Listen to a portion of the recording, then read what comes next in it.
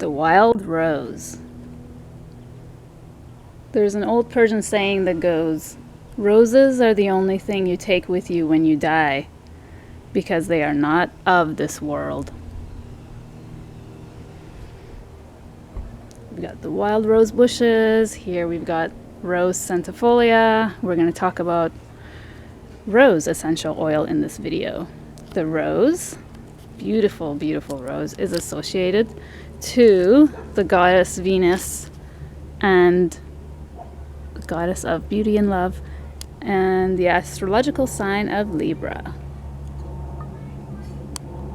Okay, so let's talk about one of the most beautiful oils and the most important in aromatherapy.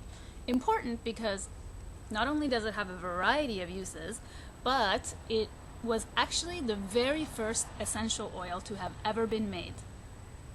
And it was done so by Avicenna in 10th century Persia. Avicenna was an astronomer slash mathematician slash alchemist, and he discovered rose essential oil by accident during one of his alchemical experiments, because rose has a lot of very strong symbolism in alchemy. Both the white and the pink rose are significant in alchemy because they represent the different stages of transmuting base metals into gold. So that's how it was discovered, by Avicenna. And don't be surprised if you see the price of the essential oil of rose being extremely high. For one 5 milliliter bottle, I paid $100 American, and in fact I even bought it on sale.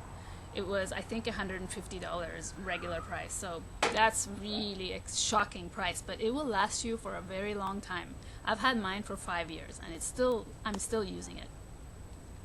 And the reason why it's so expensive is, for one, it takes tons of rose flowers to produce just a small amount of oil. So for example, to give you an idea, it takes 10,000 pounds of rose flowers to produce 16 ounces of the oil.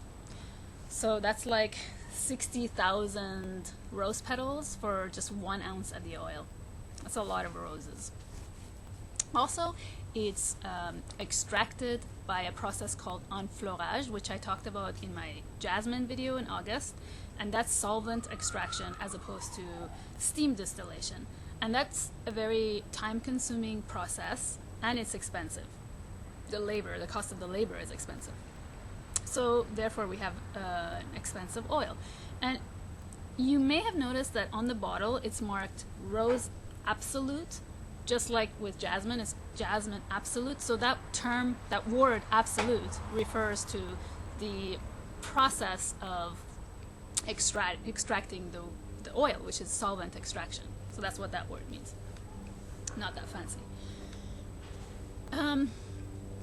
But if you get the very concentrated form of rose, which is the rose otto, that can go very far also, even further than the regular oil. So otto comes from the Arabic word attar, A-T-T-A-R, which basically means perfume essence. And rose otto is very, very concentrated, very strong. 1 drop can be enough for a big bottle of carrier oil, for example. So there are 2 types of rose flowers used in aromatherapy, and there are 2 wild roses. One of them is the Bulgarian type, and the other one is the Moroccan or the French type.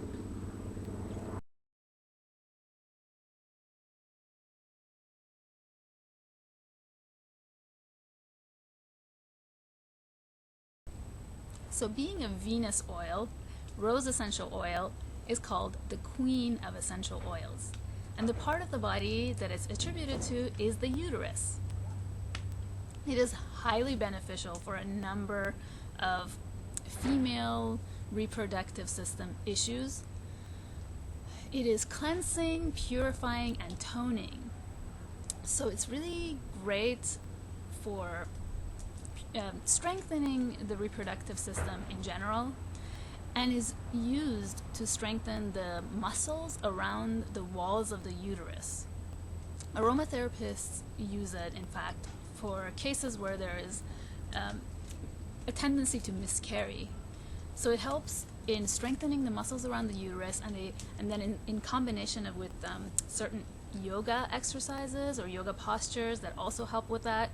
This can be very beneficial. The essential oil of rose can help a lot for women who tend to miscarry. Also helps with alleviating the symptoms of PMS and depression. It's great for postnatal depression because rose oil is a very gentle, wow, I just saw a beautiful hawk. I had to tell you because it was just this big. Wow. Okay, it's really great for postnatal depression and depression. It's very gentle. It's a very gentle and powerful antidepressant. And they say that it's really good for depression that comes from a breakup of a relationship, which is interesting because relationships are the realm of Venus, if we think about it.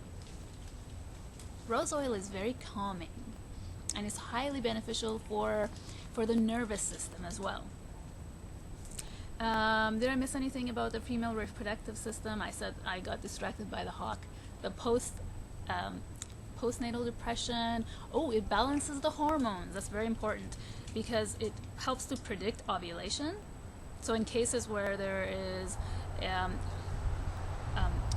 problems of conception, it helps with conception because you can predict your ovulation as well.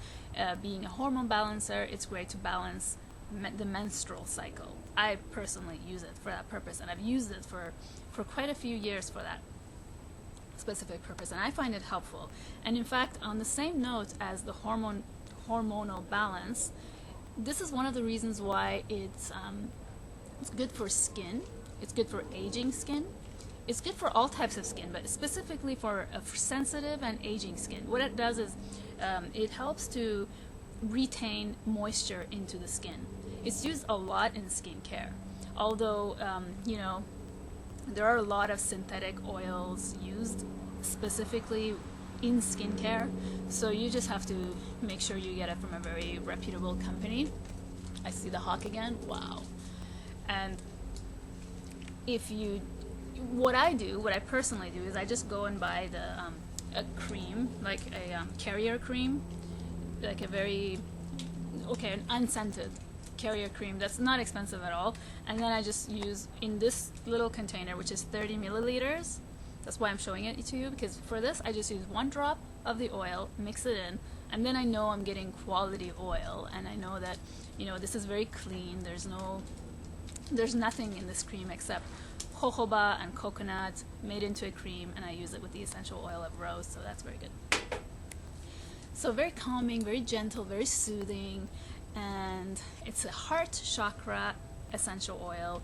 It helps to open the heart and helps you to see yourself as you really are, helps you to see your inner and outer beauty, and gives you the opportunity to expand your heart and to fully and completely appreciate yourself, appreciate and love yourself. And I'm sending you lots of love, you guys. I'm looking forward to this month because I want to show you 2 recipes with rose water. One of them is a toner for the skin, green tea, rose water. It's very soothing, very rejuvenating.